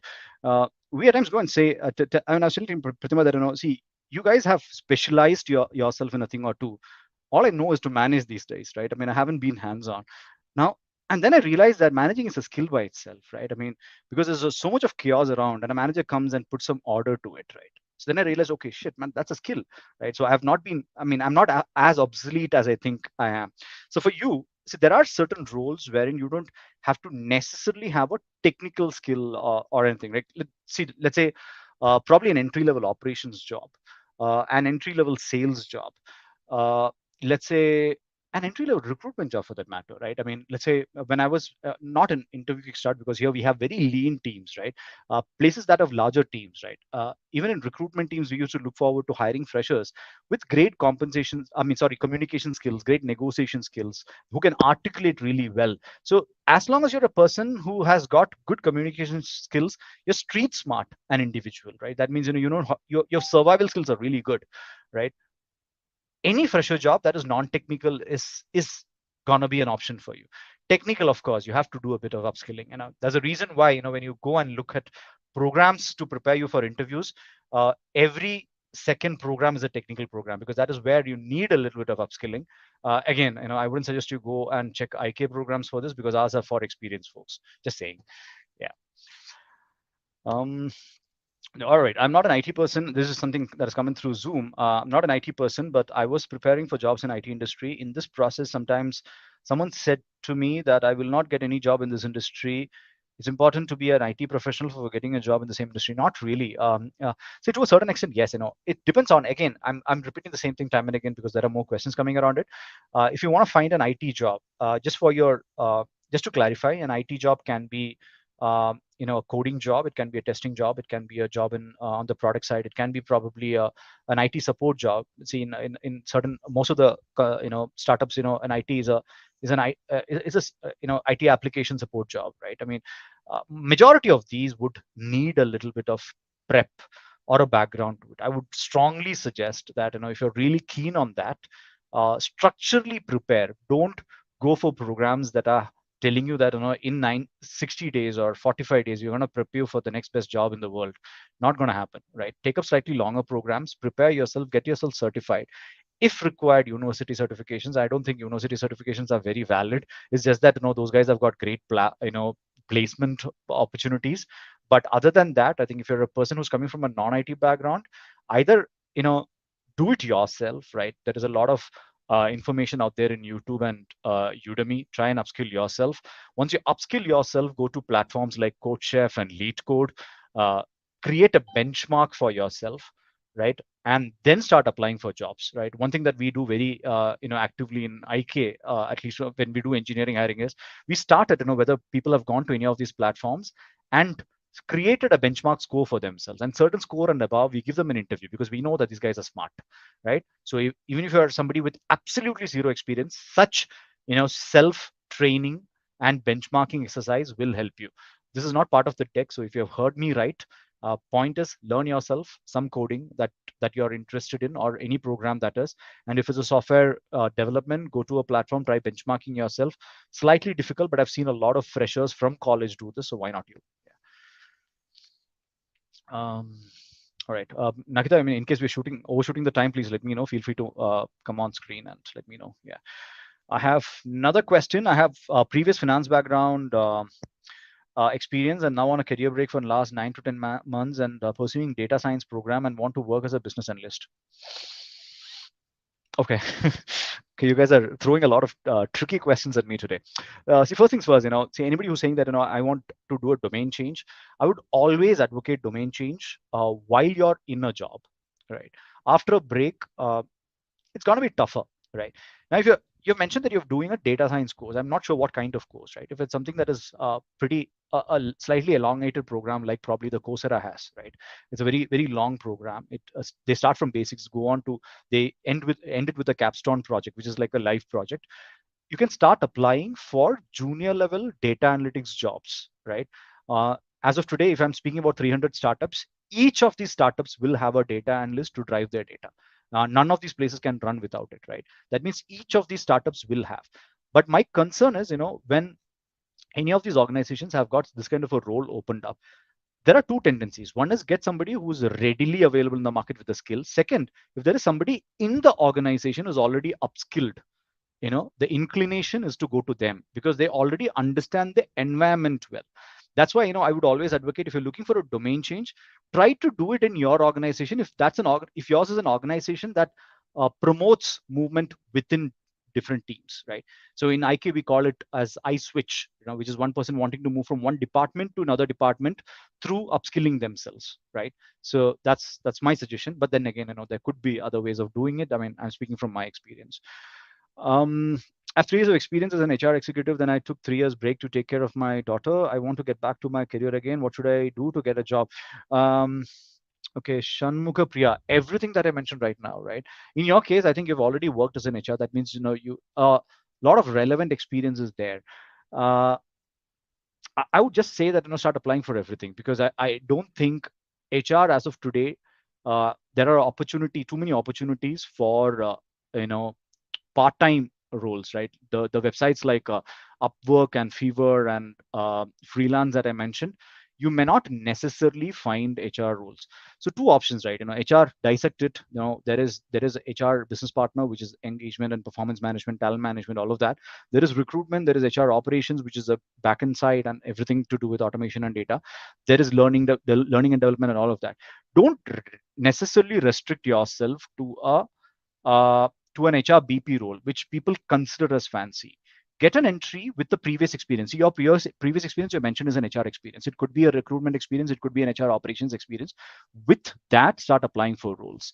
My suggestion also would be to, rather than applying for active roles, write to people, right? I mean, one example is, today, as of today, we are hiring for a people success partner. I'm not sure whether your profile would be relevant. Now, who's the person who's hiring for it? The recruiter's name is Binu, right? Please write to her, right? Let's see if she finds your writing to be interesting, right? So similarly, find out roles wherein people are hiring for HR folks. Find the recruiter or somebody from the recruitment team. Start writing to them with how relevant your experience is and how much you're ready to work towards getting back to a role. And I don't think 3 years could be a very strong barrier. But then again, possibility of you landing a role would be slightly better in slightly more larger organizations, because if it's a team with only, let's say, 2 HR people, there would be an inclination to have more people with recent experience, right? So yeah, that's my 2 cents there. If someone has 7 to 8 years of experience, does she need to show upskilling during the whole period? For the past few years meant 7 to 8 years or so of break. I did not understand that question.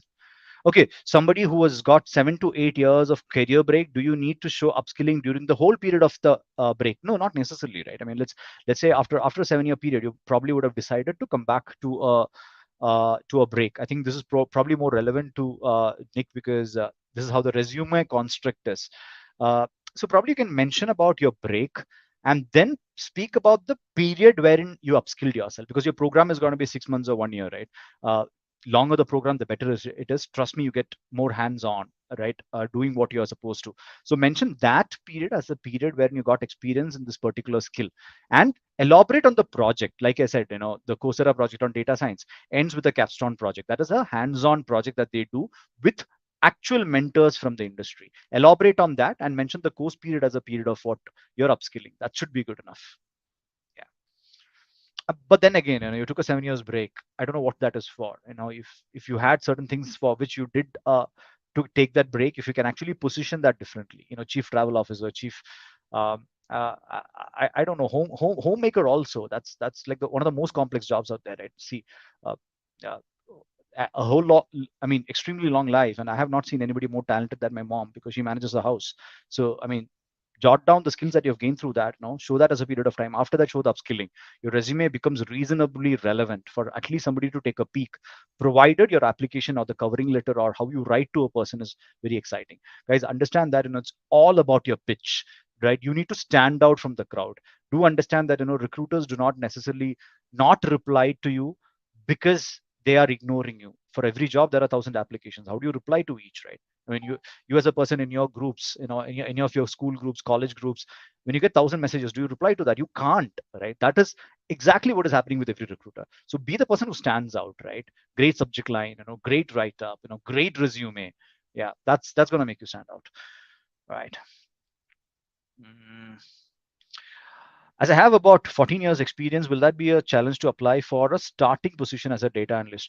So if you're speaking about the mindset of everybody who's hiring, probably yes, because I do not know what your experience is into. So slightly difficult for me to answer that. So if you are a person who worked around, data, then for you to apply for a data analyst job shouldn't be a problem. But I don't know why you want to probably start start from scratch after 14 years. So if you're a person who's not coming back from a break, you're already in a job, I would suggest don't leave, stay in that org and try a lateral move to data analytics team. That's a better way of doing it, because a fresh start, at least on the resume, at least in India, we haven't become that open-minded as an as a hiring ecosystem. I'm just being very honest. Yeah. I started my career in customer service field for 2 years. From the past 10 years, I'm into teaching field. Wow.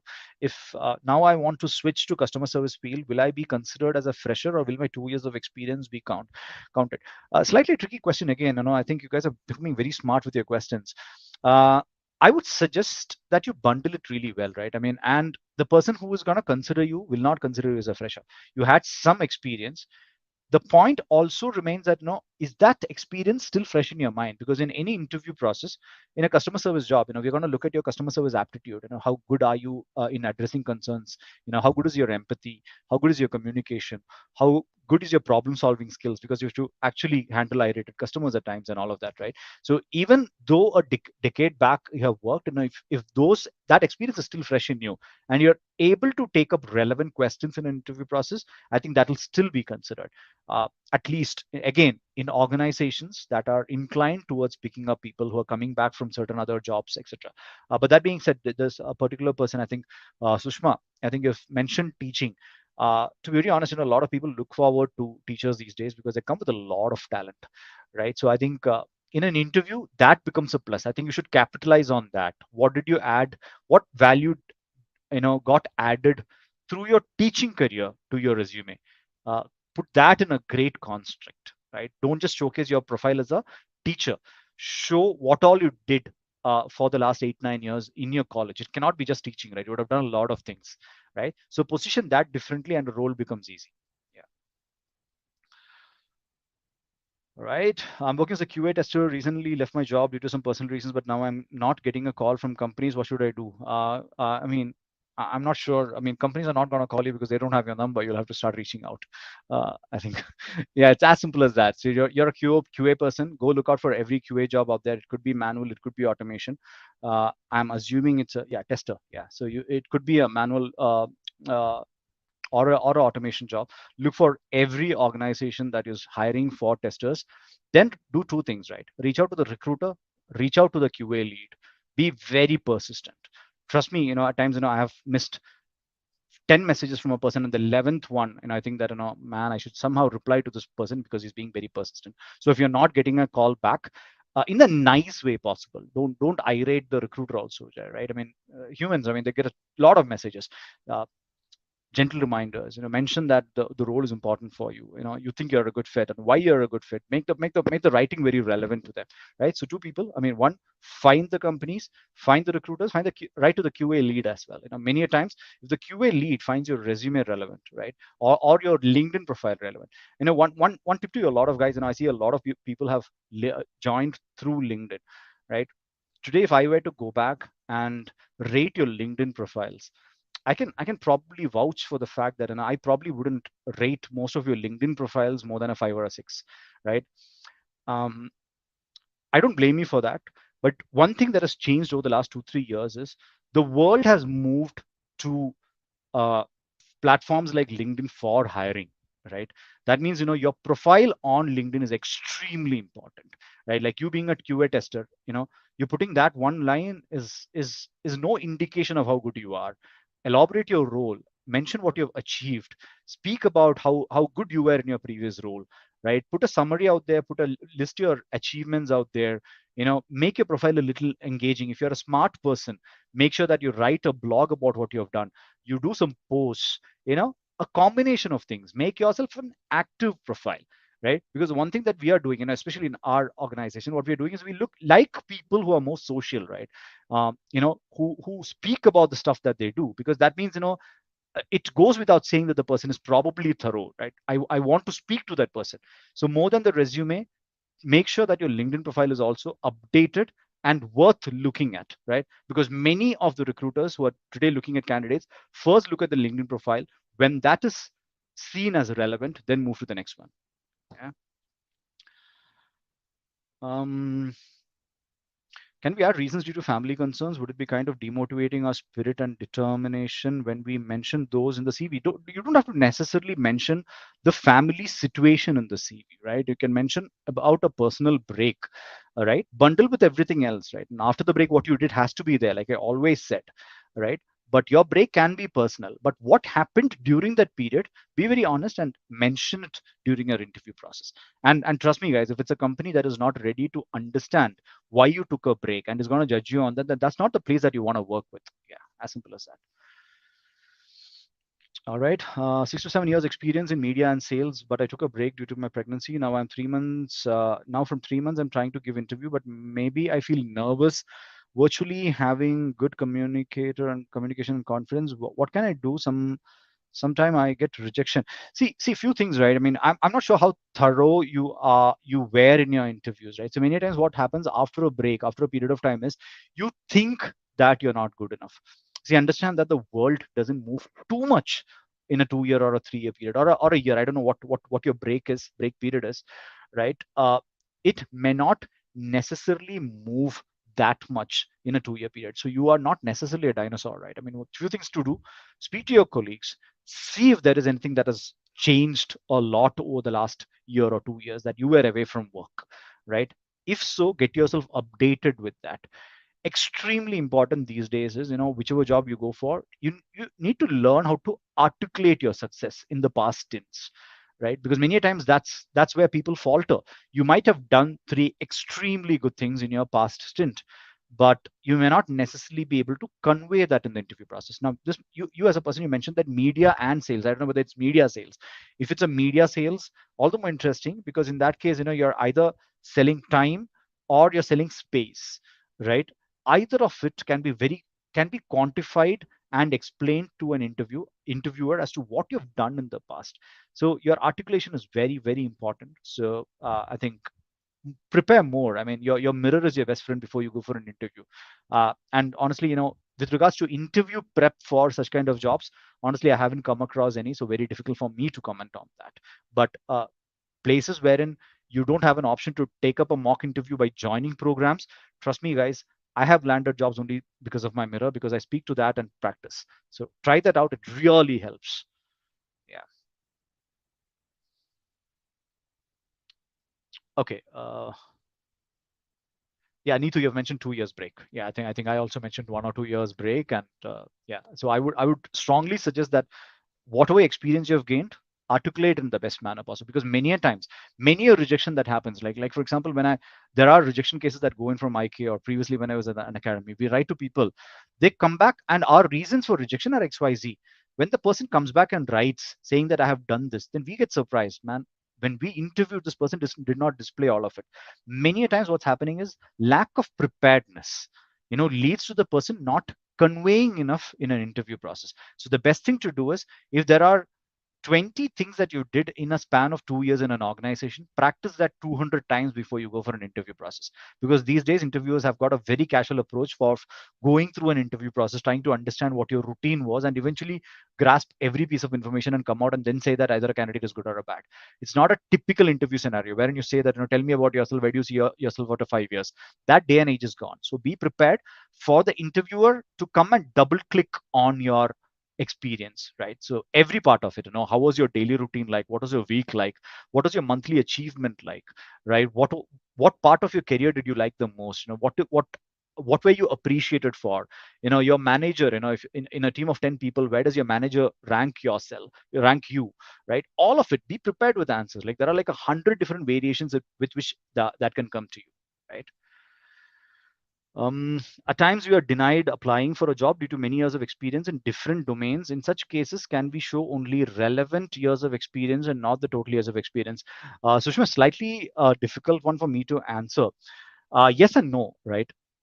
At times, when we look at a resume, the relevant experience will land you an interview. Uh, but if somebody thinks that this person has not necessarily written it all, hence keep the resume aside, that could also happen. But mostly, if there is relevant experience that is portrayed through the resume. See, there are two ways of communicating through a resume, right? One, what you had irrelevant, communicate in a subtle way, just basic pointers, right? This company, I did this role during this period of time. That takes a back seat. Then your relevant experience, which is more recent, highlight that, write an elaboration, right? Give your achievements, what you actually did, right? Why you were a standout performer in these places. Focus more on those. That is probably a good way of representing those resume. But since it's very relevant to resumes, Nick, if you have anything to add there, I'm so sorry. I mean, I didn't ask you for a very long period.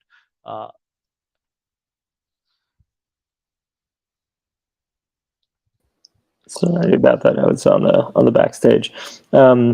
I'm just pulling the question back up, if you wouldn't mind repeating there. Yeah. So the person's question, Nick, was, so there is the person has said this particular individual has got irrelevant experience and relevant as well. Now the question is, do I showcase both, or how do I actually put it on the resume? Because for us as recruiters, we like the relevance more, right? Right. So do I hide it? Do I show it differently? Yeah, that's a question. Yeah, good question. I like to go with a term that I call front loading. Okay, so the way I think about that is each position that you have needs to have the information that you did in that role. But within that role, it doesn't necessarily need to be in chronological order. Okay, so what I mean by that is, if my last experience was, let's say, with I'll say Tata Consulting, right, and I was there for 5 years. Anything that I did within those 5 years, I can have there, right? And what I would do is, if I had a project that I did in, say, year two, that was really relevant, I would put that as my first bullet point. So it draws the within the Tata Consulting kind of umbrella, because what happens is it draws the recruiter's attention directly to something that's relevant first before they see anything else. See, if a recruiter reads through, say, 2, 3 bullet points, and it doesn't capture their attention, they might move on to the next one because they have so many people to talk to, right? And then they won't see what's relevant. But if it's there as that very first bullet point in that role, attention's there. They go, great, this is a great fit, and then everything else supports and supplements. The second thing that I would say really quickly there is also think about your resume as real estate, right? Almost like a billboard. You have limited space. So start with the most relevant experience in each one of your roles. Okay. Other experience that might not be as relevant but is impactful, you can include. But if your resume is going beyond, a good rule of thumb is 1 page per 10 years. If it's going beyond that, then I would say trim the fat, right? Take experience out of the resume intentionally that isn't highly impactful or isn't highly relevant. They don't need to know about it, right?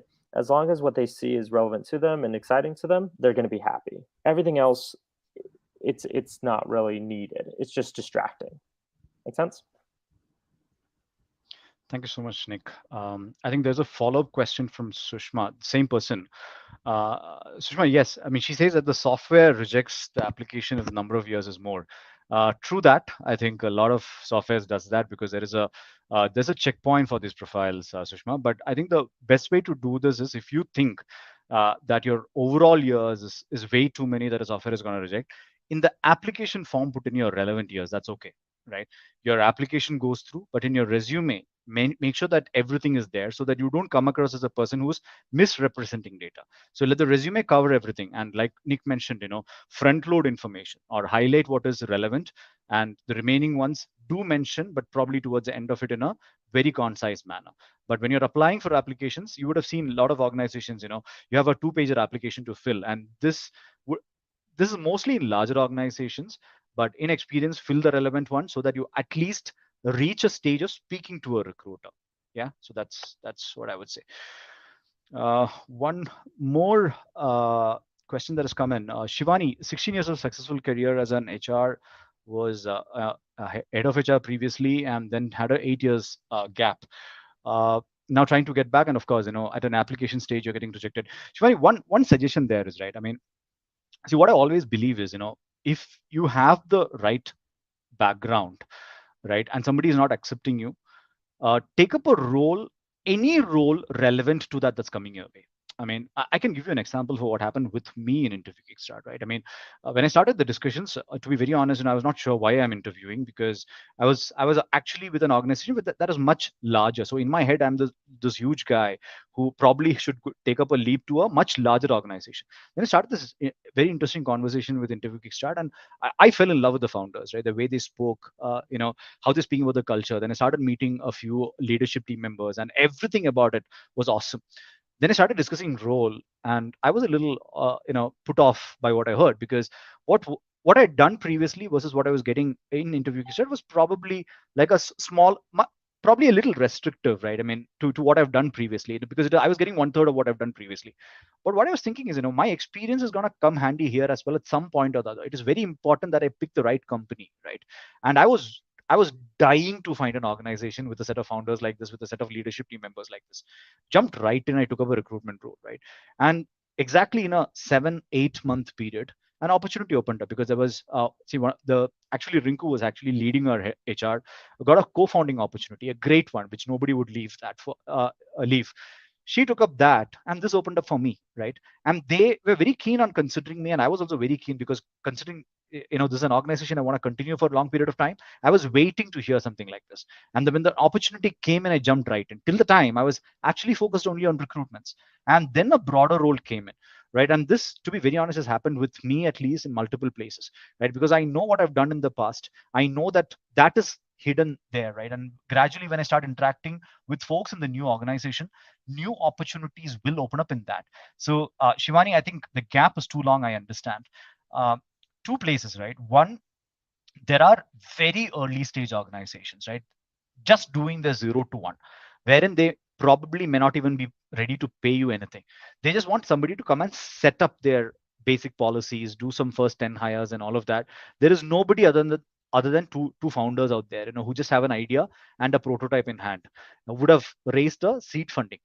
those kind of places, somebody with so much of experience can help set up the first few blocks, right?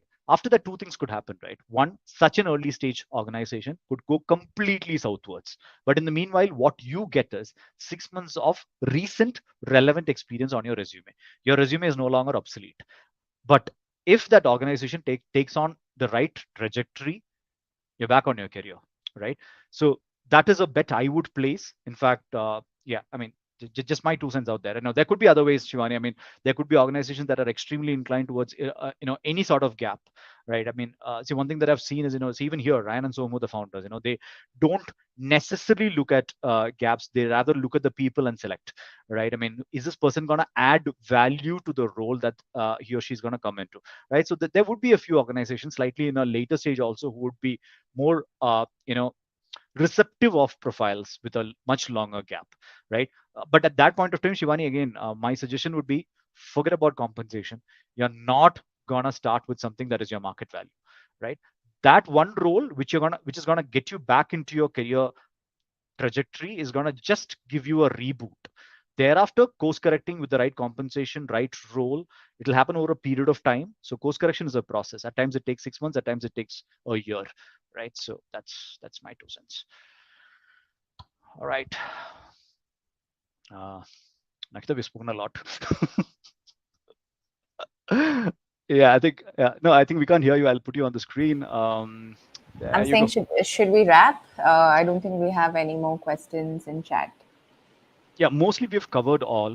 Guys, again, just to tell you, we are no webinar experts, right? No, our area of expertise is not bringing people back to career. What we did here was to bring together a set of points that we have observed over a period of time, and we thought, we should actually put it out for everybody to consume, right? That's all we tried, right? Now, because see, Nick, if you notice, comes from a very specific background of getting people ready for their careers, right? I come from a lot of recruitment experience, right? So I know why people get rejected more than selected, right? I mean, because you have more rejections than selections in your when you're a recruiter. Nakita comes from a very specific research background. Every data that you see displayed today comes from Nakita, or her team, right? So we just came together and put it in a specific order for all of you to consume. I'm really hoping that this would come handy to at least a few of you. If there are specific doubts, do ping us on LinkedIn. But then again, I'm telling you, that's a lot of clutter with regards to messages on LinkedIn. There could be a delay, but again, if it's an exciting message, we'll still reply to you. Yeah. All right, thank you. Then should we call it a night and wrap? Those of you who have registered through Zoom and logged in through Zoom, we have your email IDs and we will send the list, all the lists that we ever spoke about, the startup list, the returnship programs, paid, unpaid, the unicorn list, all of that. All right? Yeah, Nakita, I mean, should we leave them with an email ID so that others can request for this content? Do we have anything that is generic? Guys, Yeah. Yeah, I can probably give the talent ID if that's okay, Yeah. and check it for the next 2-3 days so that everything could be relevant to the webinar. So guys, please take it down because there are multiple platforms on which this is happening. So talent, TALENT at interviewkickstart.com, right? So that's actually the recruitment team's ID. We'll keep an eye out. I'll just repeat that. It's talent, TALENT at interviewkickstart.com. I mean, that's our website. Just Google it. You'll understand the domain. Put a talent in front of it. Just drop a line in case you don't get it. Yeah, I think People Ops team has put it in Zoom. I just did that. Yeah. So please drop a mail to that in case you don't get it, or people who have joined us through LinkedIn, which seems to be a slightly larger population. Please drop us a line there. And again, next 48 hours, whatever is coming as a mail specific to the webinar, we'll take that and reply with the deck and all the details, right? And again, special thanks, Nick. And I think you woke up early for this. Really appreciate that. And Nakita, thanks for putting all of this together here. I mean, awesome. And it's been great taking the questions and speaking to all. Yeah. Thank you, Nick. Thank you, Jaden. That was a great session. Yeah. Thank you so much, guys. Good night. Yeah. Bye-bye. Good night.